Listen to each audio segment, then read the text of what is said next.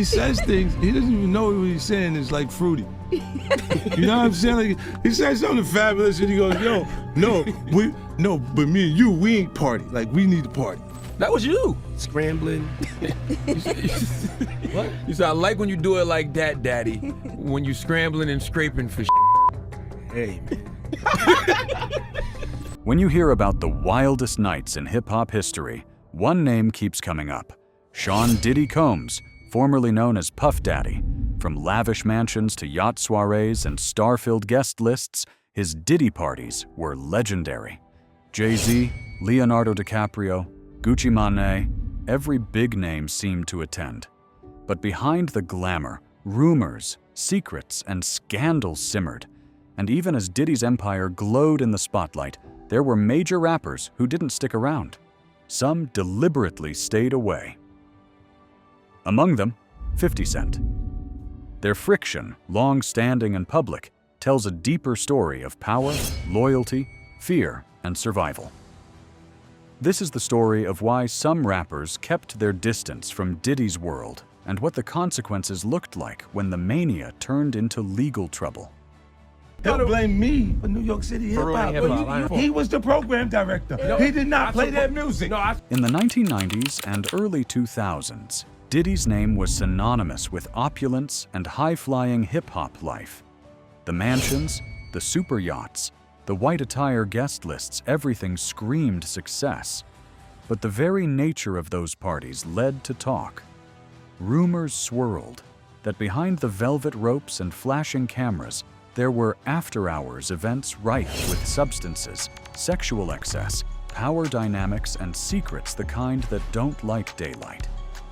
Several women, former assistants and insiders, later claimed that his parties featured drug-fueled freak-offs, multiple partners, coercion, and recording devices.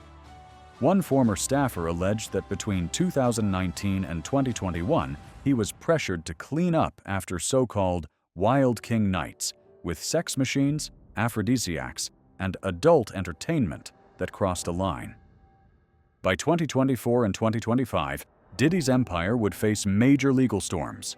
A federal arrest in September 2024, indictment on racketeering, sex trafficking, and transportation to engage in prostitution charges. In July 2025, a jury found him not guilty of racketeering and sex trafficking counts, but guilty on 2 counts of transportation to engage in prostitution. He faced a sentence in October 2025 of 50 months in prison. So when you hear claims of Diddy parties, know that they're not just wild anecdotes. They're part of a bigger legal, social, and cultural puzzle. Enter 50 Cent. On the surface, he and Diddy shared the same arena, the top tier of hip-hop business. But beneath the surface, there was friction. And one clear manifestation of that friction was 50's refusal to attend Diddy's famed parties. In interviews, 50 was mercilessly candid. He said that Diddy's parties made him uncomfortable, referencing the way Diddy would hug you from the front and the back at the same time, a line that became a meme-worthy jab. He said, "That's why I don't be going to the Puffy parties." I'm only saying that because of that what's the name interview?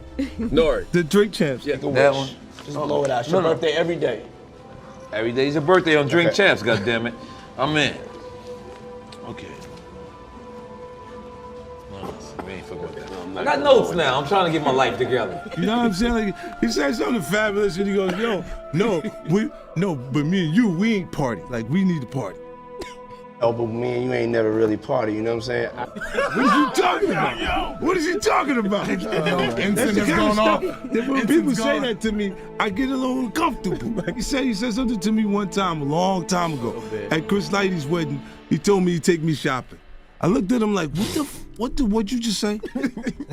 Let me move, man, before I do something. You're gonna make me mess up the wedding. Yes, he used the name Puffy and Diddy interchangeably in the insults. The remarks were raw and surprising, especially because early in their careers, 50 could have easily ended up under the Bad Boy Records umbrella. But the no became a statement of independence. In 2018, 50 called Diddy gay during an appearance on Drink Champs after Diddy offered to take him shopping. Then in 2010 and onwards, 50 publicly accused Diddy of exploiting the legacy of the notorious B.I.G. As he said, "Enough is enough. Biggie's name should never have become Diddy's black art."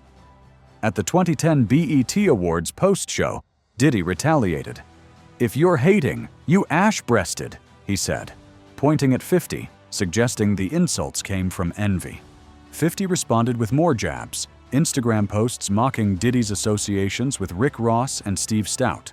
In 2014, 50 posted a photo montage on IG showing Ross and Diddy in close conversation and wrote, "I ain't saying nothing, but something ain't right." Come 2024 and 2025, the tension reignited fiercely. On March 25, 2024, Diddy's properties were raided as part of the HSI investigation. 50 took to social media quickly. "It's not Diddy do it, it's Diddy done. They don't come like that unless they got a case." A video emerged of Diddy riding a bike around Miami, smiling. 50 quipped, "Smile? Damn. Last seen on a bike, Diddy." Then there was footage of Diddy and Mike Tyson together at the 1998 weigh-in for Tyson vs. Ivory, where Tyson held Diddy's hand up to show off his jewelry while referencing, "It's about the Benjamins." 50 reposted and mocked the moment, implying Diddy was touching Tyson's ahem, and wrote, "Look at Mike. Oh no, you're not gonna touch my ass, buddy, LOL." More recently, after Diddy's October 3, 2025 sentencing to 4 years and 2 months behind bars, plus a $500 fine, 50 tweeted about the thousands of bottles of lubricant found in Diddy's properties. 50's message, "Here I am, keeping good company with the Drew Barrymore show, and I don't have 1,000 bottles of lube at the house. I told you can't trust these puffies." Behind the laughs and jabs lie a decades-long rivalry, rooted in business, legacy, and fear. For 50 Cent, avoiding the parties was more than snubbing Diddy, it was preserving his autonomy and distance from the kinds of shadows he saw forming. Let's zoom in on what these so-called Diddy parties looked like. Reports from guests and insiders describe over-the-top extravagance. Guests included elite athletes, Hollywood stars, models, and rappers. In some cases, overnight stays, themed rooms, VIP staircases, and open bar everything. But the same sources describe moments when things tilted dark.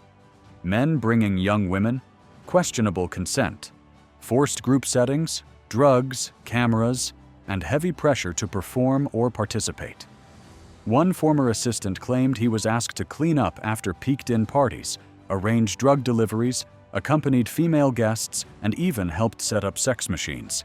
He alleged he was personally forced into taking part in sexual acts during these events. Puff said it's in his hands, and he said I can say it. And that's the end of that. Have fun with that one. He said, there's nothing to say about it. It's in my hands. On the public side, a 2014 clip from the Kardashians revealed Khloe Kardashian bragging about a Diddy party where everyone was butt naked. That kind of throwaway line fueled rumors. Some rappers showed up sneakers, suits, stage performances. Others didn't. Some had an instinct. If I go there, I lose something. Why would a big rapper skip a big party with A-listers, cameras, money, and hype? Here are the layered reasons that emerged. Control and image. Attending a party hosted by a mogul like Diddy meant entering someone else's world. Your image could get overshadowed. 50 Cent made a business of controlling his narrative. Showing up meant playing second fiddle. Fear of exposure. For some artists, especially those from street backgrounds, the fear of compromising situations was real. The allegations about coercion, cameras, freak-offs, and logistics made some think twice. Legacy protection. Diddy's past dominance over new hip-hop generations meant older rappers might have suspected he was making friendly invites that were really power moves. Personal history. For 50 Cent, the beef with Diddy began with business, then turned public. He didn't just avoid the parties, he publicly called them out. Others, like Drake and Kanye West, quietly maintained distance, either by omission or subtle disassociation. Legal and moral risk. As allegations piled up, attending such events carried risk. If something went wrong, leaked video, drug use, sexual misconduct being in proximity could be liability. As hip-hop turned global and billionaire levels of wealth came into play, the unwatched corners of fame caught up with Diddy. Here's what history shows. At November 2023, Diddy's ex, Cassie Ventura, filed a lawsuit alleging years of abuse, sex trafficking, and rape. At December 2023, more lawsuits followed, including allegations of drug-facilitated rape, abuse of minors dating back decades. Like, what made you put hands on Drake? I did not put hands on Drake. Oh. And I do not want any problems with Drake. Drake is, right now, that's all I got. That's all I have to say. He's putting in his work. I didn't do nothing to Drake. Drake is my friend. So that was a total rumor. At March 25, 2024, federal agents executed raids at Diddy's properties in LA and Miami, seizing computers, luxury items, and allegedly 1,000 bottles of baby oil and lubricant. At September 16, 2024, Diddy was arrested by federal agents and indicted in NYC for racketeering, sex trafficking, and transportation of individuals for prostitution. At July 2, 2025, jury delivers verdict. Acquitted on racketeering and sex trafficking, but convicted on 2 counts of transportation to engage in prostitution. At October 3, 2025, sentenced to 4 years, 2 months in prison, plus $500K high fine. The Diddy Party concept became not just party talk, but evidence in courtroom, in lawsuits, in cultural conversation about consent, power in hip-hop, and what happens when celebrity meets unchecked access. Artists and industry insiders began to rethink the standard white party invitation. Platforms, networks, and labels started distancing themselves. Artists who stayed away found themselves vindicated. The Partygate flipped from glamorous to cautionary. And for hip-hop's next generation, the lesson was, fame invites scrutiny. 50 Cent didn't just avoid the parties, he turned that avoidance into a value stance. It became part of his brand. He saw Diddy's world and said, no thanks. And by consistently throwing shade, calling out alleged behavior, he drew attention to Diddy's empire of events. Take, for example, his line, "That's why I don't be going to the puffy parties." Simple. Direct. Loaded. Every time Diddy posted glitzy party pics or luxury mansions, 50 responded with irony. Thousands of bottles of lube found? I told you you can't trust these puffies. The Instagram post mocking Tyson's hand raise, a metaphor for what 50 saw as Diddy's overreach. 50's strategy, never be the guy at the party. Be the guy standing outside, pointing at the party's flaws. Over time, as Diddy's legal issues mounted, the distance looked less like spite and more like wisdom. The party culture Diddy epitomized belonged to an era of excess. As hip-hop shifted, younger rappers and producers began to rethink the lavish invites and all-night celebrations. Some refused to engage, some quietly declined. Some stayed off-grid. For example, Drake's behavior around Diddy became interesting. A 2014 album, 0 to 100, The Catch-Up, Even had the OGs try and press me, ha ha ha ha. No way out cause I'm already in it. produced by Boy Wonder, was reportedly meant for Diddy, but Drake kept it. Rumors said Diddy slapped Drake at a nightclub in DEC 2014, which Drake never publicly confirmed. But the emptiness of interaction spoke volumes. The reaction? In Drake's 2015-16 visuals, references to leaving loud parties, the film The Big Short screenshot of "I never hung out with these idiots after work," and his withdrawal from that scene. Kanye West, on the other hand, didn't dance around the tension. He brought up Diddy in interviews. "Puff Daddy, whoever, you fake hard, you can't shoot nobody." He accused Diddy of being a fed, being fake gangster, being behind the scenes when he shouldn't have been. The generational message: you don't have to attend every party. And the Kardashians kidnapped my daughter in public, and I didn't have the address of my child. None of these niggas want to say something Travis now. gave you the address, though, right? Travis gave me the address. But as far as Meek Mills, Puff Daddy, whoever, none of these niggas, all you fake hard niggas, fuck you. Hold on. Okay. All you fake hard niggas, you know what I'm saying? I don't give because you can't shoot nobody anyway, and the reason why you got to talk is because you did a deal, fucking fed. Sometimes the smartest move is declining the invite.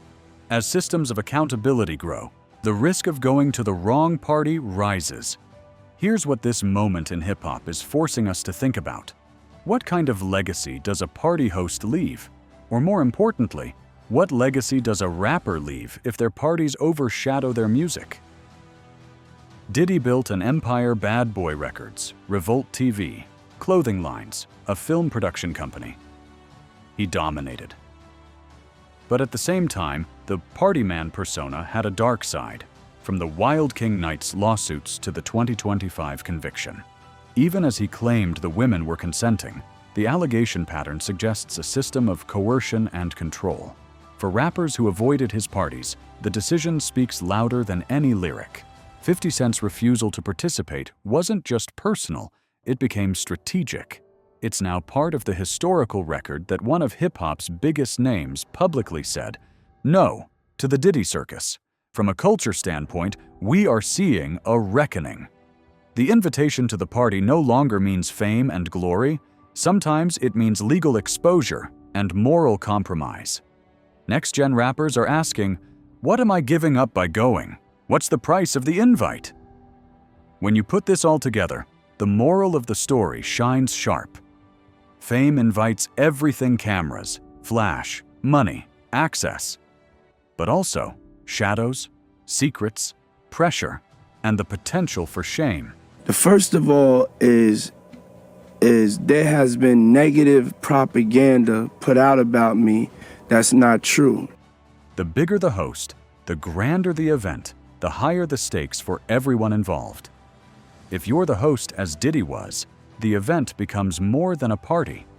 It becomes a symbol. And every rumor, allegation, lawsuit becomes part of the symbol. If you're the guest, as many rappers were showing up, means aligning yourself with the symbol. Declining means you preserve some control. For rappers who avoided the event, you might be labeled cautious, suspicious, or outsider. But sometimes that distance turned out to be protection. For 50 Cent, that distance paid off not only in business control and image, but in hindsight credibility. He refused the invite and ended up on the safe side of history. For Diddy, the invites earned him mythic status, but also exposed him to mythic risk. The party legacy will forever be entwined with the legal legacy. The music legacy will be colored by the party legacy. The question we're left with: what is more lasting, the party or the art? So what should you take away from all this? If you're a fan of hip-hop, if you're watching the culture evolve, here are 3 things to remember. Not all invites are equal. When someone offers you a big party, step back and ask, what's the cost? Is it worth it? Legacy is built by what you skip, as much as what you do. Sometimes the smartest move is to decline, stay in your lane, keep your story yours. The culture is watching now. The era of unchecked excess is shifting to accountability. The since 1990s stories are no longer hidden. Lawsuits, trials, public reckonings, they matter. Now, I want to hear from you. Who did you think of when I mentioned the Diddy parties, a rapper you expected to be there but probably wasn't? Whose legacy do you think will be stronger in 10 years, the party host or the one who stayed away? Drop your thoughts in the comments, smash that like button if you found this deep dive worth your time, and make sure to subscribe so you don't miss the next story about hip-hop's hidden corners. Until next time, stay sharp, stay aware, and remember, in the game of fame, sometimes the best move is the one you don't make.